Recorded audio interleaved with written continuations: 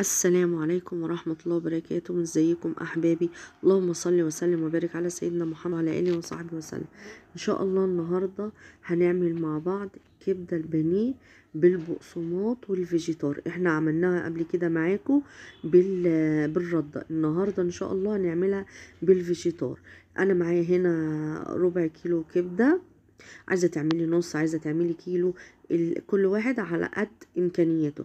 انا جايباها، حاطه عليها بصلايه صغيره بشراها، ومعايا هنا توم، ومعايا التوابل، كاري، ربع معلقه كمون، فلفل اسمر، 7 بهارات، زعتر، وجوزة الطيب، رشة جوزة الطيب، وجنزبيل هننزل بيهم، والملح طبعا، نص معلقة ملح صغيرة مش كبيرة، وبالثوم، ومعايا فنجان خل زي ما انتوا شايفين كده حبايبي. هقلبهم كويس وهسيبها تتبل. اقلبها كويس جدا عشان التوابل كلها تخش في قلبها. دي كبدة بلدي. عايزة تعملي كبدة من التانية ماشي، كل واحد على حسب امكانياته والحاجات اللي يقدر يجيبها. زي ما انتوا شايفين كده حبايبي، تبلناها خلاص وقلبناها كويس جدا. هنسيبها بقى ايه، هنسيبها تتبل لمدة ساعتين في التلاجة. انا خلاص كده الساعتين عدوا. معايا بقى هنا زي ما انتوا شايفين كده، بسم الله ما شاء الله اللهم بارك.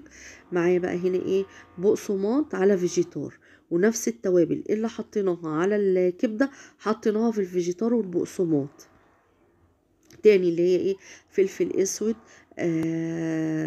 كاري، جنزبيل، ربع معلقة صغيرة كمون، وملح.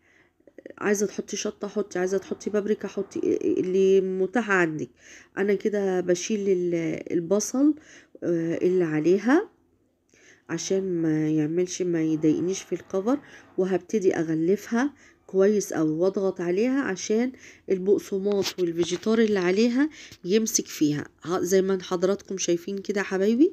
وما تنسوناش من اللايك والشير والاشتراك وتفعيل الجرس ليصلكم من قناتي كل جديد، فضلا وليس امرا احبابي. زي ما انتم شايفين كده، اللهم صل وسلم وبارك على سيدنا محمد وعلى اله وصحبه وسلم. بعد ما هنغلفها كويس هنحطها ترتاح في التلاجة اقل حاجة نص ساعة. زي ما انتوا شايفين كده حبايبي، انا بضغط بكف ايدي عشان ايه، الكفر يمسك عليها يعني. هنشوفها الوقت مع بعض كمان واحنا بنحمرها، ولا وقع من عليها بقسماط ولا اي حاجة. بسم الله ما شاء الله. زي ما انتوا شايفين كده حبايبي، ونخلي بالنا من الملح واحنا بنحطه عشان ما يكترش مننا ويبوظ لنا الاكل. يعني ايه، قليل تحطيه اصلا، وكمان كتر الملح في الاكل غلط. بيتعب، بيرفع الضغط وبيحبس المية في الجسم. فحطي قليل، ولو عوزتي ابقي حطي من بره، يعني حطي حبة ملح كده بتوابل جنبيكي، لو عوزتي هترشي عليها وتاكليها. زي ما انتوا شايفين كده حبايبي، احنا عملنا برضو مع بعض الكبدة شرايح بس بالردة. ان شاء الله النهاردة مختلفة، ويا رب تعجبكم. وما تنسوناش من تعليقاتكم الحلوة، وتقولوا لي رأيكم في تعليقاتكم الحلوة اللي بتدعمني وبتقويني ان شاء الله، وبتكبرنا.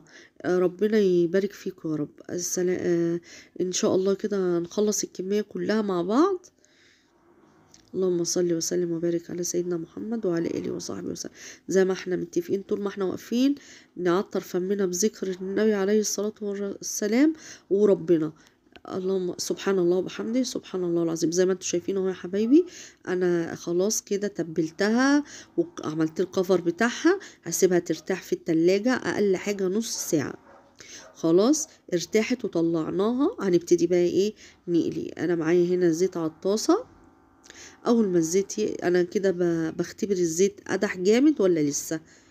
الكبدة دي ما بتاخدش وقت في الزيت على البوتاجاز، ويا دوبك اقل من دقيقة على وش ده، على الوش الاولاني، وبرضو اقل من دقيقة على الوش التاني. زي ما انتوا شايفين كده حبايبي، انا بدوس عليها عشان ما تتنيش، تفضل مفرودة. يعني اول ما الاقيها قبت كده من فوق وهتكش لفوق، بروح دايسة عليها عشان تبقى مفرودة زي ما انتوا شايفين كده حبايبي. اللهم صل وسلم وبارك على سيدنا محمد وعلى آله وصحبه وسلم. زي ما انتوا شايفين اهو، بسم الله ما شاء الله، سهلة وبسيطة وما فيهاش اي حاجة. وبناتنا الحلوين اللي لسه متجوزين ان شاء الله سنة اولى جواز، هتبقى سهلة معاهم، مش هتاخد وقت معاكم، وبسرعة بسرعة، وهتعجبكم جدا ان شاء الله.